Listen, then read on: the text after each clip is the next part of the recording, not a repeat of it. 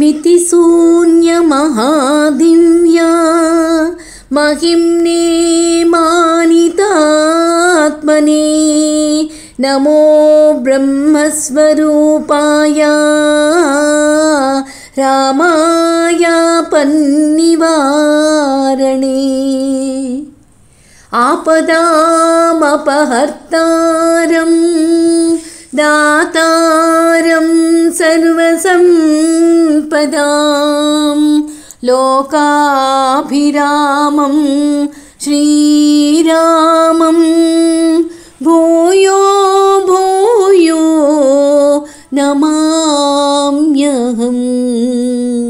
भूयो भूयो नमाम्यहं। సరే, యుద్ధ తీవ్రతరంగా జరిగిపోతూ ఉంది. ఇక్కడ విభీషణుడు చెప్పాడు లక్ష్మణుడికి, ఇంద్రజిత్తు నికుంభిలంలో ఉన్నప్పుడు, యజ్ఞం చేస్తున్నప్పుడు, ఆహుతులు సమర్పించడంలో నిమగ్నుడై ఉన్నప్పుడు నువ్వు అతన్ని వధించాలి అని విభీషణుడు సలహా ఇచ్చాడు. అయితే రాముడు సీతమ్మని చంపేశారనే దుఃఖాతిశయంతో ఉన్నాడు కదా. వెంటనే విభీషణుడు చెప్పిన మాటని అర్థం చేసుకోలేదు. అందుకని ఏమిటేమిటి మళ్ళీ చెప్పు అని అడిగాడు. అడిగితే అప్పుడు ఉన్న విషయాన్ని విభీషణుడు రాముడికి చెప్తున్నాడు. చాలా కాలం కిందట ఇంద్రజిత్తు బ్రహ్మదేవుణ్ణి మెప్పించడానికి ఘోరమైన తపస్సు చేశాడు. ఆ బ్రహ్మదేవుడు ఇంద్రజిత్తుకి బ్రహ్మాస్త్రాన్ని ఇచ్చాడు. దాన్ని తెలుసుకుని అశ్వాలను ప్రసాదించాడు. అయినా సరే నీవు నికుంభిలంలో యజ్ఞకార్యంలో నిమగ్నుడివై ఉండగానే ఒక శత్రువు చేత నువ్వు వధించబడతావు అని ముందుగానే వరము ఇచ్చాడు, హెచ్చరిక చేశాడు అని చెప్పాడు. అందువల్ల ఇప్పుడే లక్ష్మణుడు వెళ్ళి అతన్ని సంహరించాలి, లేకపోతే అతడు వానరులందరినీ వధించగలిగేటంత గొప్ప శక్తిమంతుడవుతాడు అని చెప్పాడు విభీషణుడు. వెంటనే రాముడు విన్నాడు. లక్ష్మణ, ముందు హనుమంతుణ్ణి, విభీషణుణ్ణి, తక్కిన వానర సేనంతటినీ వెంట తీసుకొని వెళ్ళు అని ఆజ్ఞించాడు. లక్ష్మణుడు రాముని పాదాలకు నమస్కరించాడు. ఇంద్రజిత్తును వధిస్తానన్నయ్యా అంటూ శపథం చేస్తూ బయలుదేరాడు. లక్ష్మణుడు నికుంభిలం చేరాడు. అసంఖ్యాకమైన రాక్షసులు దానిని పహరా కాస్తున్నారు. అదంతా చూశాడు. సరే, విభీషణుడు సలహా చెప్పాడు, ముందుగా సేన మీద దాడి చేద్దాం. రాక్షసులు నీ యుద్ధానికి, నీ తాకిడికి తట్టుకోలేరు ఎలాగూ. అప్పుడు ఇంద్రజిత్తు బయటికి వస్తాడు, అప్పుడు ఇంద్రజిత్తును చంపేయచ్చు అని విభీషణుడు సలహా ఇచ్చాడు. సరే, యుద్ధం మొదలైంది. తన సేన మీద తీవ్రమైన దాడి జరుగుతుంది అని గమనించాడు లోపల ఉన్న ఇంద్రజిత్తు. తన యజ్ఞ ఆహుతులు పూర్తి కాలేదు.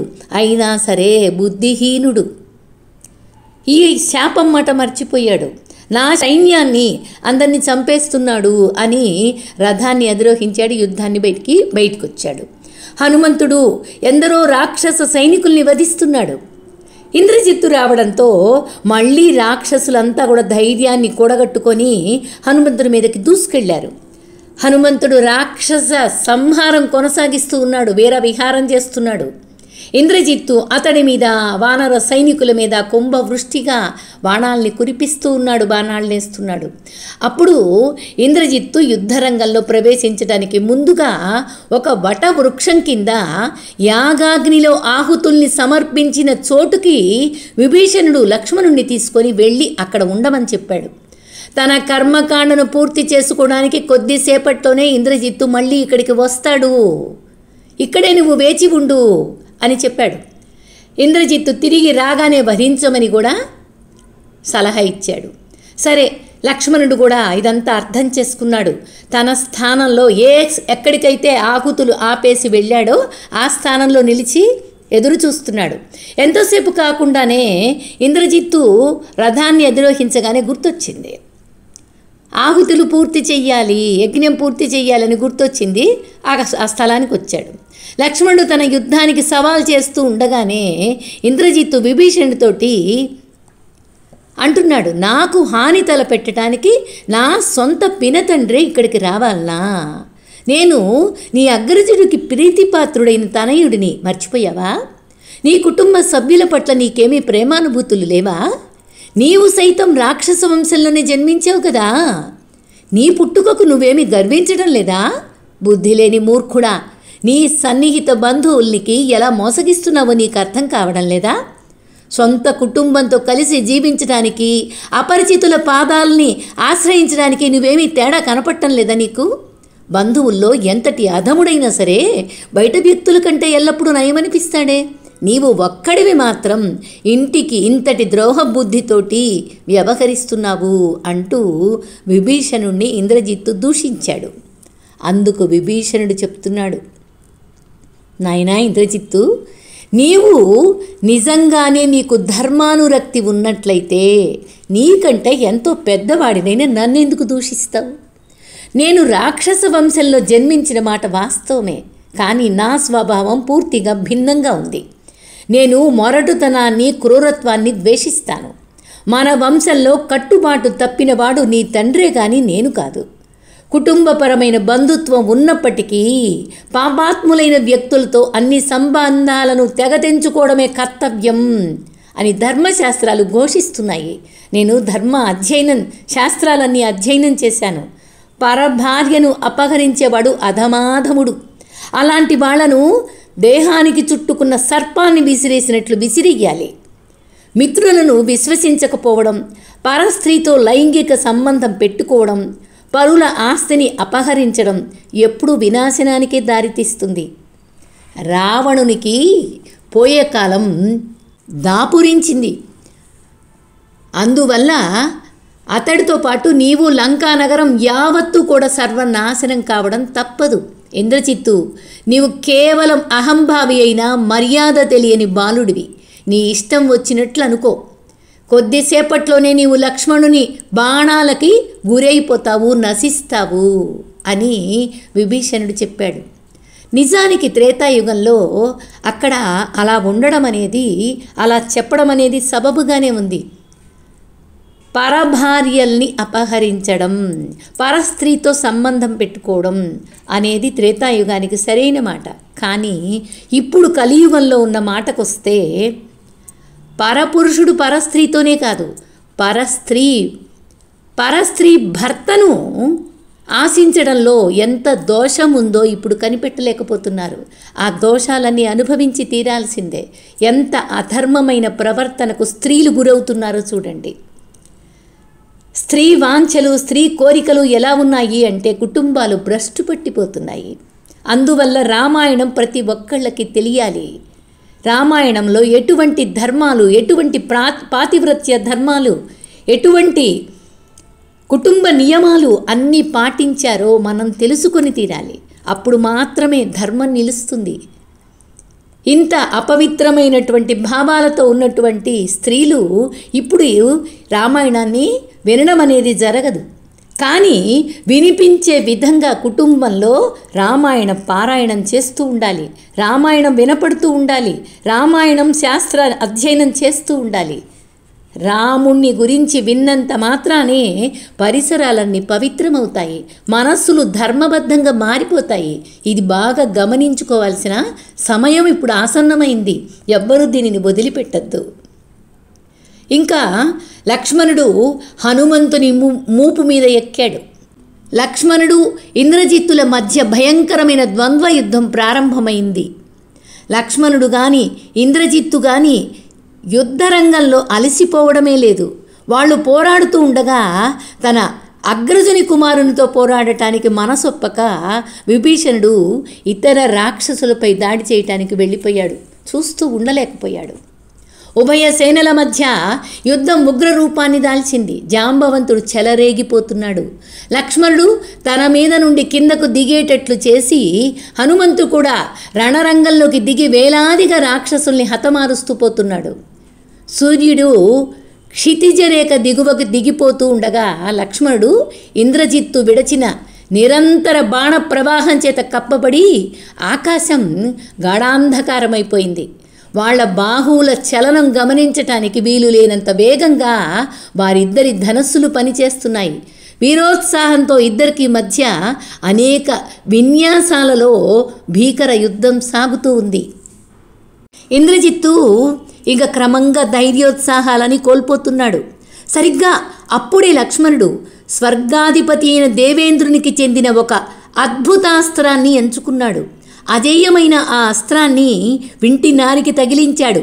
ఆకర్ణాంతం నారిని లాగి లక్ష్మణుడు, ఓ దివ్య లోకాధిపతి, రాముడు గనక నిజంగానే పౌరుషంలో ఎదురులేనివాడైతే, సత్య ధర్మాలకు ఆశ్రయం అయినట్లయితే ఈ అస్త్రం రావణ పుత్రుని వధించుగాక అని ప్రార్థించి మంత్రించి ఆ బాణాన్ని వదిలాడు.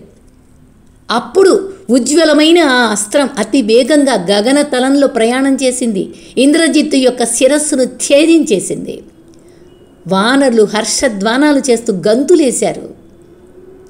ఆకాశంలో దేవతలు, మహర్షులు లక్ష్మణుని ఘన విజయాన్ని కీర్తిస్తూ హర్షోన్మాదంతో నినదించారు. స్వర్గలోక వాసులు వీరుల మీద పుష్పవర్షాన్ని కురిపించారు. వానరులు ఆనందోత్సాహాలతో నాట్యం చేశారు. తమ బాలాలని ఝుళిపిస్తూ జై జై రామ, జై జై లక్ష్మణ అంటూ ఎలుగెత్తి నినాదాలు చేశారు. ఇక్కడ చూడండి, నిజంగా మాట్లాడితే ఈ యుద్ధంలో బాణాల గొప్పతనమా, బాణాలు వేస్తూ మంత్రించే మంత్రం గొప్పతనమా అనేది ఆలోచించుకోవాలి. నిజానికి ఒక పుల్లకి, ఒక బాణానికి, ఒక వస్తువుకి లేనంత విలువ నేను ఉచ్చరించే మంత్రానికి ఉంటుంది. అందుకనే వాయువ్యాస్త్రమని, ఐంద్రాస్త్రమని ఇట్లాంటివన్నీ కూడా నేను మాట్లాడుతూ అప్పుడప్పుడు ఏ అస్త్రాన్ని వదిలారు, ఏ బాణాన్ని వదిలారు అనేది లోపల ఆ మంత్రం చదివి ఆ దేవతని ఆరాధన చేసి వాళ్ళని ప్రార్థించి ఆ బాణాన్ని వదలటం జరుగుతుంది. మంత్రానికి ఎంత విలువుందో ఇక్కడ యుద్ధం అంటే ఒక బాణం ఒక్కటే కాదు, మంత్రశక్తి. అందుకనే మంత్రాలను పఠించాలి, వేదాధ్యయనం చెయ్యాలి, సంస్కృత భాషను పఠించి తీరాలి, దైవభాష. కాబట్టి ఆ మంత్రాలకు ఎంత శక్తి ఉందో ఇంద్రజిత్తును ఎలా సంహరించాడో మనం అర్థం చేసుకోవచ్చు. ఇక పూర్తిగా అలసిపోయాడు లక్ష్మణుడు, విభీషణుడు అలసిపోయాడు. సరే, అలాగా హనుమంతుడి మీద అలాగా వాలిపోయి నిలబడ్డారు. ముగ్గురు వచ్చారు రాముడి దగ్గరికి. ప్రదక్షిణ నమస్కారాలు చేయడానికి ఆయన ఎదురుగా వచ్చి అలాగే కూర్చుండిపోయాడు. వృత్తాంతం అక్కడ జరిగింది, లక్ష్మణుడు వీరోచిత కార్యం అంతా కూడా వర్ణించి చెప్పాడు విభీషణుడు. శ్రద్ధగా ఆలకిస్తూ దివ్యానందాన్ని అనుభవించాడు రాముడు. లక్ష్మణుడిని అభినందించాడు. అమిత వాత్సల్యంతో తలని ఆఘ్రాణించి రాముడు, ఇంద్రజిత్తు రావణునికి కుడిభుజం వంటివాడు. 3 దివారాత్రాలు యుద్ధానంతరం అతడిప్పుడు వధించబడ్డాడు. కాబట్టి ఇక రాక్షస రాజు పోరాడడానికి రావడం తథ్యం. లక్ష్మణ, ఎంత గొప్ప వీరోచిత కార్యం చేశావు అని తమ్ముణ్ణి ముద్దాడాడు. ఇంద్రజిత్తు యొక్క అస్త్రాల వలన కలిగినటువంటి అసంఖ్యాకమైన గాయాలతో బాధతో లక్ష్మణుడు వేదన పడుతున్నాడు. అందువల్ల ఆయనకు గాయపడిన వానరులు అందరికీ కూడా చికిత్స చెయ్యాలి అని రాముడు సుషేణుణ్ణి ఆదేశించాడు. తర్వాత సుషేణుడు ఒకానొక ఓషధి యొక్క ఆవిర్లని లక్ష్మణుని చేత ఆఘ్రాణింపచేశాడు. దానితో తన బాధంతా మటుమాయమైపోయింది. తన గాయాలని ఒక్కసారిగా నయమైపోయినాయి. లక్ష్మణుడు ఎంతగానో ఊరట పొందాడు. ఇట్లా ప్రతి ఒక్క సచివుణ్ణి, ప్రతి ఒక్క వానరుణ్ణి కూడా స్పృహలో నుంచి తేరుకున్నట్లుగా అందరి గాయాలు మాయం చేశాడు. ఇంద్రజిత్తుని వధించిన వృత్తాంతాన్ని రావణునికి ఆ సచివులు తెలియచేయటానికి వెళ్ళారు. ఆ వార్త విన్నాడు రావణుడు. వెంటనే స్పృహ కోల్పోయి కొంతసేపటికి కానీ తిరిగి స్పృహలోకి రాలేకపోయాడు రావణాసురుడు. పుత్రుడి మరణ వార్త విన్నంతనే ఇంకా ఆశ చచ్చిపోయింది. తన ప్రియతముడైనటువంటి వారసుని మరణానికి రావణుడు ఎంతగానో విలపించాడు. బాగా క్రోధోన్మత్తుడయ్యాడు, వివశుడైపోయాడు. సీతను వధించి ప్రతీకారం తీర్చుకోవాలని నిర్ణయించుకున్నాడు. ఈ విషయాన్ని ప్రకటిస్తున్నప్పుడు అతడి మహోగ్ర రూపాన్ని చూశారు. ఇతర రాక్షసులు భయంతో పక్కకి తొలగి నిలబడ్డారు. అంత భయంకరంగా ఉగ్ర రూపాన్ని చూపించాడు. సీతను చంపేయడానికి వస్తున్నాడు. రావణుడు తనకు బ్రహ్మదేవుడు ప్రసాదించిన దుర్భేద్యమైన కవచాన్ని, ధనుర్బాణాలని తెమ్మన్నాడు. శత్రువుకును వ్యధకు గురి చేయటం కోసం ఇంద్రజిత్తు చేసిన గారడి నేను ఇప్పుడు యథార్థంగా చేస్తాను, ఎవడడ్డొస్తాడో చూస్తాను అని రావణుడు భీషణంగా తన ఖడ్గాన్ని దూశాడు. అశోకవనానికి దూసుకు వెళ్ళగా అతడి వెంట ఇంకా మండోదరి, పలువురు సచివులు అందరూ అశోకవనానికి రావణాసురుడితో పాటు వచ్చారు. శ్రేయోభిలాషులంతా వచ్చారు. వచ్చి అక్కడ చూశారు. అతన్ని వారించాలని తమ సాయశక్తుల ప్రయత్నించారు.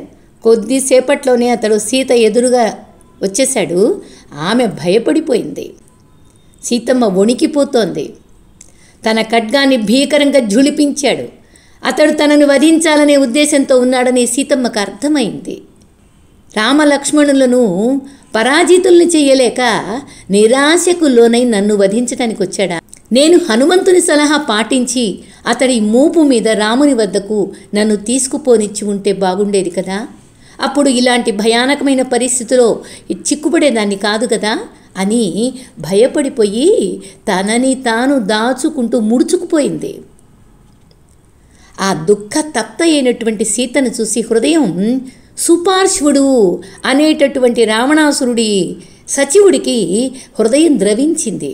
అప్పుడు చెప్తున్నాడు రావణాసురుడికి, ఓ ప్రభు, నీవు సకల వేదాలను అధ్యయనం చేశావు కదా, కఠినమైన వ్రతాలను ఎన్నిటినో పాటించావు కదా, అలాంటి నీవు ఇలాగా ఒక స్త్రీకి హాని చెయ్యాలని కనీసం ఎలా ఆలోచించగలుగుతున్నావు?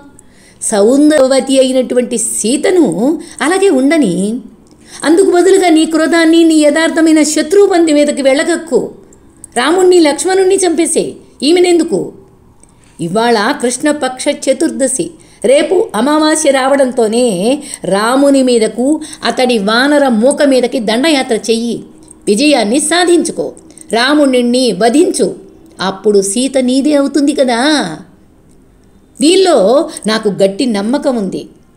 నీ హృదయ వాంఛను ఈ రకంగా తీర్చుకో, అకాలంగా ఎందుకు విఫలం చేసుకుంటావు నీ కోరికని అని తనను పొగుడుతున్నట్లుగా, సీతమ్మను కాపాడుతున్నట్లుగా చెప్పాడు. చెప్పేసరికి ఆ పొగడతతో కూడిన ఈ సలహా రావణుడికి మనసుకు నచ్చింది. వెంటనే రావణుడు సరే అన్నాడు. సీతను వధించే ఆలోచనకు స్వస్తి చెప్పాడు. తిరిగి తన ప్రాసాదానికి తిరిగి వెళ్ళిపోయాడు. చూడండి, పొగడతలకి ఎవరైనా పడిపోతారు అనే కారణం ఎన్నిసార్లు మనం వింటూ ఉంటాం, మన అనుభవంలో ఉంటూ ఉంటాయి. కాబట్టి పొగడతలకి లొంగిపోకూడదు. అందుకే అహంకారానికి స్వస్తి చెప్పాలి. అప్పుడు మాత్రమే పొగడతలకి లొంగిపోని స్థితి వస్తుంది. ఇంద్రజిత్తు చనిపోయేటప్పటికీ కాస్తంత మనస్సుకు దిగులు ఉందేమో రాక్షసులందరికీ ఆజ్ఞ జారీ చేశాడు. మీరు వెళ్ళి రాముడి మీద దండయాత్ర చెయ్యండి, అతడితో పోరాడటానికి రేపు వస్తాను, నేను స్వయంగా నేనే యుద్ధం చేస్తాను, ఈ లోపల శక్తిహీనంగా కావించండి అని చెప్పేసి రాక్షసులకి ఆజ్ఞ ఇచ్చాడు. సూర్యోదయానికి ముందే రాక్షసులు వానరులతో తలపట్టడానికి నగరం నుండి బయటికి తరలి వస్తున్నారు. భయంకరమైన యుద్ధం ప్రారంభమైంది. సరే, రాక్షసులు శీఘ్రమే వానర సైనికులందరినీ సంహరించడంతో తక్కిన వాళ్ళు రాముని పాద పద్మాలను ఆశ్రయించడానికి పరుగు తీశారు. ఏం చేయలేకపోతున్నారు. రాముడు అత్యద్భుతమైనటువంటి ఒక గంధర్వాస్త్రాన్ని ప్రయోగించి దాని నుండి అపరిమితమైన బాణ ప్రవాహాలు బయలుదేరి రాక్షసుల్ని ముంచెత్తాయి. వచ్చి పడుతున్న బాణ ప్రవాహాల చేత అధికంగా అవడంతో రాక్షసులు రాముడిని చూడలేకపోయారు. అసంఖ్యాకులైన రాక్షస సైనికుల సంఖ్య విపరీతంగా పడిపోవడం మాత్రమే వాళ్ళు చూస్తున్నారు. గంధర్వాస్త్ర ప్రభావం అలా ఉంది. 8,000 మంది గజ యోధులని, 4,000 మంది అశ్వికులను అందరినీ చంపేసేశాడు, రధికుల్ని చంపేసేశాడు. బతికిపోయిన వాళ్ళు వెనుదిరిగి భద్రత కోసం లంకలోకి పరుగులు తీశారు. ఆకాశం నుండి దేవతలు రాముని ఘన విజయాన్ని పారవస్యంతో కీర్తించారు. సరే, ఈలోగా లంకానగరంలో చనిపోయి ఉన్నటువంటి రాక్షస యోధులకు చెందినటువంటి వితంతువులంతా కూడా ఒకచోట చేరి తమ భర్తల మృతికి శోకిస్తున్నారు. రామ రావణుల మధ్య శత్రుత్వానికి మూల కారకురాలై మన వంశ నాశనానికి హేతువైన శూర్పణఖ నాశనంగాను, ఇంతకుముందే రాముడు రావణుడిని చాలాసార్లు ఓడించాడు. తన అజేయ శక్తి ఏపాటితో రావణుడు గ్రహించాలి కదా. మూర్ఖుడైన మన రాజు విభీషణుడి హితబోధన వినలేదు కదా. ఈ వినాశనాన్ని కొని తెచ్చుకున్నాడు కదా. ఎందుకు అంత మాత్రం ఆలోచన లేకుండా ఎందుకు ఆపలేకపోయాడు యుద్ధాన్ని అంటూ వాళ్ళ బాధని వాళ్ళు తలుచుకుంటూ ఒకళ్ళకొకళ్ళు బిగ్గరగా రోదిస్తూ ఉన్నారు. స్త్రీల రోదనలు విన్నాడు రావణుడు. ఒక్కసారిగా క్రోధంతో రగిలిపోయాడు. తోక తొక్కిన తాచులాగా బుసలు కొడుతున్నాడు. నా సేనను యుద్ధానికి సిద్ధపరచండి అని మళ్ళీ ఆజ్ఞ జారీ చేశాడు. చివరకు ఈ రోజున నా శరప్రవాహంతో రాముడిని, లక్ష్మణుణ్ణి, సకల వానరుల్ని వధించేస్తాను, నా రథాన్ని తీసుకురండి అని సచివుల్ని ఆదేశించాడు.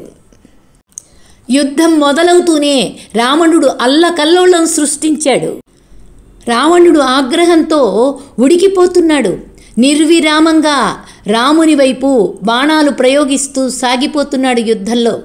రాముడు తన బాణాలతో రావణుని బాణాలను ప్రతిఘటించడంతో క్రమంగా ఆ బద్ధ శత్రువులు ఇరువురి మధ్య భీకరమైన పోరు రాజుకుంటూ ఉంది. కొద్దిసేపట్లోనే వాళ్ళ నిరంతర బాణ ప్రవాహాలు ఆకాశాన్ని కప్పేశాయి. నాలుగు వైపులా చీకట్లు అలుముకున్నాయి. ఈ అద్భుతమైన ద్వంద్వ యుద్ధాన్ని వీక్షించడానికి తక్కిన వానర రాక్షస సైనికులంతా తన పోరాటాన్ని విరమించి కళ్ళు ఒళ్ళు అప్పగించి చూస్తున్నారు ఆశ్చర్యంగా. రావణుడు సింహ గర్జన చేసి ఆ మాంత్రిక శూలాన్నొకదాన్ని ప్రయోగించాడు. అది లక్ష్మణుడి వైపు వస్తూ ఉంది. దాని ప్రభావం అంతా లక్ష్మణుడి మీద పడుతుందని రాముడు గ్రహించాడు. రాముడు ఉపసంహరించుకోవలసిందిగా ఆ శూలాన్ని ప్రార్థించాడు కూడా. అయినప్పటికీ ఆ శూలం లక్ష్మణుని వక్షస్థలాన్ని ఛేదిస్తూ నేలలో దిగబడిపోయింది. సుమిత్రానందనుడు తీవ్రంగా గాయపడి నేలపై కూలిపోయాడు. లక్ష్మణుని దయనీయమైన పరిస్థితిని చూశాడు రాముడు. అమిత విషాదానికి గురయ్యాడు. అతడి నయనాలు అశ్రుపూరితులైనాయి. తన దుఃఖాతిశయాన్ని అణుచుకున్నటువంటి రాముడు తన మీద రావణుడు బాణవర్షం కురిపిస్తున్నప్పటికీ లక్ష్మణుని దేహం నుండి శూలాలను బాణాలను వెలికి తీస్తున్నాడు. బాధపడిపోతున్నాడు. శూలాలను సగానికి విరిచేసి రాముడు లక్ష్మణుణ్ణి తన చేతుల్లోకి ఎత్తి అశ్రువులు కారుస్తూ ఆలింగనం చేసుకున్నాడు. హనుమంత్ సుగ్రీవులను లక్ష్మణునికి రక్షణగా నిలవమని ఆదేశించాడు. రాముడు ఇప్పుడు ఈ దుష్ట రావణుని మీద నా పూర్తి బలపరక్రమాలను ప్రదర్శిస్తాను, అతడిని త్వరలోనే యుద్ధభూమిలో సంహరిస్తాను అని ప్రతిజ్ఞ చేస్తున్నాను. ఇక వానరులంతా వెళ్ళి పర్వతాగ్రాల మీద హాయిగా కూర్చోవచ్చు. జగత్తు లయం పొందే వరకు ఘనంగా కీర్తించబడే విధంగా నేను చేసే అద్భుత కార్యాన్ని వాళ్ళు దేవతలతో పాటు చూస్తూ ఉండండి అని పెద్దగా అరిచి చెప్పాడు. అరిచి చెప్పిన రాముని మాటలు రావణుని ఉక్కిరిబిక్కిరి చేయడంతో ఆ రాక్షసుడు భీతిల్లి భయపడిపోయి రణరంగం నుండి పారిపోయాడు. రాముడు వెంటనే లక్ష్మణుడు పడి ఉన్న చోటికి వెళ్ళి అమితమైన ఆవేదనతో సుషేణునితో చెప్పాడు, తక్షణమే నా అనుజుణ్ణి చూస్తే నా శక్తి సామర్థ్యాలన్నీ వాడిపోతున్నాయి. నా అరణ్య ప్రవాసంలో అతడు నా వెంట వచ్చిన విధంగానే అతడు మరణించినట్లయితే నేను అతడిని అనుసరించి వెళతాను అని చెప్పాడు. ధైర్యమిచ్చే స్వరంతో సుషేణుడు బదులు చెప్తూ, రామా, లక్ష్మణుడు మరణించలేదు. అతడి ముఖంలోని తేజస్సు ఏమాత్రం తగ్గలేదు. అతడి నేత్రాలు ఇప్పటికీ ఉజ్వలంగానే మెరుస్తున్నాయి, చూడండి. అయితే విశల్యకరణి, సావర్ణ్యకరణి, సంజీవకరణి, సంధాని ఈ ఔషధాల అన్నీ సేకరిస్తాను. తీసుకురావడానికై హనుమంతుడిని ఈ క్షణమే మహోదయ పర్వతం వద్దకు పంపించాలి. వీటి చికిత్సతో లక్ష్మణుడు వెంటనే పరిపూర్ణ ఆరోగ్యాన్ని పొందుతాడు అని చెప్పాడు. హనుమంతుడు వెంటనే మరలా హిమాలయ పర్వతాలకు లంఘించాడు. అయితే మహోదయ పర్వతాన్ని చేరుకున్న తర్వాత అవసరమైన ఔషధులేవో గుర్తించలేకపోయాడు. నిస్పృహతోటి అతడు మరలా ఆ పర్వత శిఖరాన్ని పెకిలించి దానిని 2 చేతులతో పట్టుకొని లంకకు తిరిగి తీసుకొని వచ్చాడు. సరే, బడలిక తీర్చుకోవడం కోసం కొద్ది క్షణాలు నేలపై పడుకున్నాడు హనుమంతుడు. వెంటనే సుషేణుడు ఓషధులను చూర్ణం చేసి లక్ష్మణుని చేత ఆఘ్రాణింపచేశాడు. ఆయన గాయాలని క్షణంలో మటుమాయమైపోయినాయి. లక్ష్మణుడు లేచి నిలబడ్డాడు. రాముడు ఆయనను గాఢాలింగనం చేసుకున్నాడు. నీవు స్వస్థత పొందటం నా భాగ్యం లక్ష్మణ. నీవు లేకుంటే సీతను తిరిగి పొందడంలో కానీ లేక నా జీవితాన్ని నిలుపుకోవడంలో కానీ ఏ ఉపయోగం లేదు నాయనా అని ప్రేమతో ఆలింగనం చేసుకున్నాడు. లక్ష్మణుడు బదులిస్తూ, ప్రియ సోదరా, దయచేసి ఇంక దుఃఖాన్ని విడిచిపెట్టు. రావణ సంహారానికి నీవు చేసిన ప్రతిజ్ఞను శీఘ్రమే నెరవేర్చి విభీషణుని లంకాధీశునిగా ప్రతిష్ఠించు అని ప్రార్థన చేసి చెప్తున్నాడు. ఈలోగా రావణుడు వేరొక రథాన్ని అధిరోహించి రాముడితో పోరాడాలనే ఉత్సాహంతో నగరం నుండి బయటికి దూసుకొని వచ్చాడు. రాముడు తన ధనస్సుని చేతపట్టుకున్నాడు. రావణుని మీద కుంభ వర్షంలా బాణాల్ని కురిపించాడు. ఆకాశంలో నిలిచి ఉన్న దేవతలు ఈ యుద్ధం చూస్తుంటే న్యాయబద్ధంగా పోరాడటం లేదు. రావణుడేమో రథాన్ని అధిరోహించి ఉన్నాడు, మరి రాముడేమో నేల మీద నిలిచి ఉన్నాడు అంటూ ఒకరికొకరు మాట్లాడుకున్నారు. వెంటనే ఇంద్రుడు మాతలిని పిలిచాడు. తన రథాన్ని రణరంగంలో ఉన్న రాముని వద్దకు తీసుకెళ్లమని ఆజ్ఞాపించాడు. రథసారథి మాతలి. అందువల్ల మాతలి 1000 హరితాశ్వాలు పూరించినటువంటి ఇంద్రుని యొక్క స్వర్ణ రథాన్ని తోలుకుంటూ రాముడి ఎదురుగా వచ్చాడు. ఆ దివ్య రథ సారథి మాతలి రాముడితోటి, ప్రియమైన ప్రభు, రావణునితో పోరాడడానికై ఈ రథాన్ని దయతో స్వీకరించవలసిందిగా స్వర్గాధిపతి అయిన దేవేంద్రుడు నిన్ను అభ్యర్థిస్తున్నాడు. దీని లోపల ఇంద్రుని ధనస్సు, కవచం, వాటితో పాటు ఒక అసమానమైనటువంటి శూలం, వివిధ దివ్యాస్త్రాలు నీకోసం ఉన్నాయి స్వామి అంటూ చెప్పి ప్రార్థిస్తూ అన్నాడు మాతలి. రామా, దయచేసి వెంటనే రథాన్ని అధిరోహించు. ఎందుకంటే నీవు ఇలా నేల మీద నిలిచి యుద్ధం చేయవలసి రావడం చూస్తే దేవతలు అమితంగా కలవరపడుతున్నారు అని చెప్పాడు. ఇంద్రుని రథానికి ప్రదక్షిణ నమస్కారాలు చేశాడు రాముడు. దానిని అధిరోహించాడు. తరువాత రోమాంచకమైన ద్వంద్వ యుద్ధం ప్రారంభమైంది. రాక్షసరాజు క్రుద్ధుడై 1000 బాణాల్ని రాముని మీదకు ప్రయోగించాడు. అంతేగాక అతడు మాతలిని అనేకమైన బాణాలతో కొట్టి ఒకే ఒక్క బాణంతో ఇంద్రుని ధ్వజాన్ని కూల్చేశాడు. అనేక బాణాలతో అశ్వాల్ని గాయపరిచాడు. రాముడిని ఎంతగానో ఇబ్బంది పెడుతూ ఉన్నాడు. దేవతలు, వానర యోధులు బాగా ఉద్వేగులైపోతున్నారు. రాముడు అత్యంత భీకర మహోగ్ర రూపాన్ని దాల్చాడు. పర్వతాలు, సముద్రాలతో సహా యావత్తు భూమండలం కంపించిపోయింది.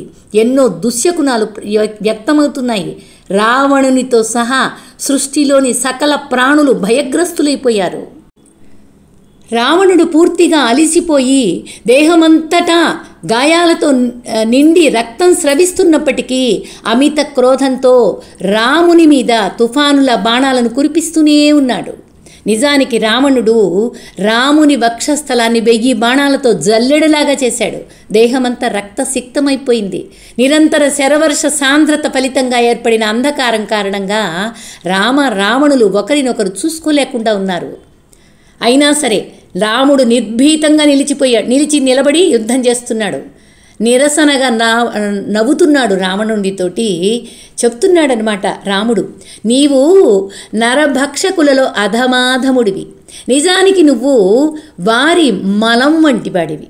ఓ సీతాపహారి, నిన్ను ఒక మహావీరునిగా భావించుకుంటున్నందుకు మూర్ఖాగ్రేసుడువని చెప్పాలి. నన్ను మోసంతో ప్రలోభపెట్టి దూరంగా తీసుకొని పోయిన మీదట నా భార్యను అపహరించుకొని పోయేందుకు నీవు సాహసించావు. కాబట్టి వాస్తవానికి నీవు పరమ పిరికి పందవు. తన భర్త లేని సమయంలో అరక్షితంగా ఉన్న ఒక అబలను వశపరుచుకున్నందుకు ఎలా గర్విస్తున్నావు నువ్వు? గృహస్థు లేని సమయంలో శునకం అతడి వంటగదిలోకి ప్రవేశించి భక్ష్యాలను దొంగిలిస్తుంది. అట్లాంటి వాడివి నువ్వు. అట్లా నువ్వు నా భార్యను సీత అపహరించుకొని వెళ్ళావు. నిన్ను శునకంతో పోలుస్తున్నాను. పాపాత్ములను యమధర్మరాజు శిక్షిస్తాడు. ఆ విధంగా నేను కూడా నిన్ను శిక్షిస్తాను. నీవు అత్యంత నీచుడివి, పాపాత్ముడివి, సిగ్గుమాలిన వాడివి. అందువలన ఎవరి ప్రయత్నమైతే ఎన్నటికీ విఫలం చెందడం అనేది జరగదో అలాంటి నేను ఈ రోజున నిన్ను శిక్షిస్తాను. రావణ, నీకు సముచితమైన అంత్యకాలం ఈరోజే ప్రాప్తిస్తుంది. నీవు ఎంతగానో అభిమానించుకుంటున్న నీ దేహం నక్కలకు రాబందులకు ఆహారం అవుతుంది అంటూ నిందించి రాముడు ద్విగుణీకృతోత్సాహంతో దక్షతతోటి బాణాలను ప్రయోగించడం ప్రారంభించాడు. తమ ప్రభువుకు మృత్యువు చేరువలో ఉందని గ్రహించాడు. రావణుని సారథి రాముని బాణాలకు అందని విధంగా వేగంగా రథాన్ని రణరంగం నుండి అవతలికి తోలుకొని పోయాడు. అప్పుడింకా తరువాత రావణాసురుణ్ణి ఎలా చంపుతాడు అనేది, ఆదిత్య హృదయం ఎలా వస్తుంది అనేది నెక్స్ట్ మళ్ళీ మనం చెప్పుకుందాం. జై శ్రీరామ్.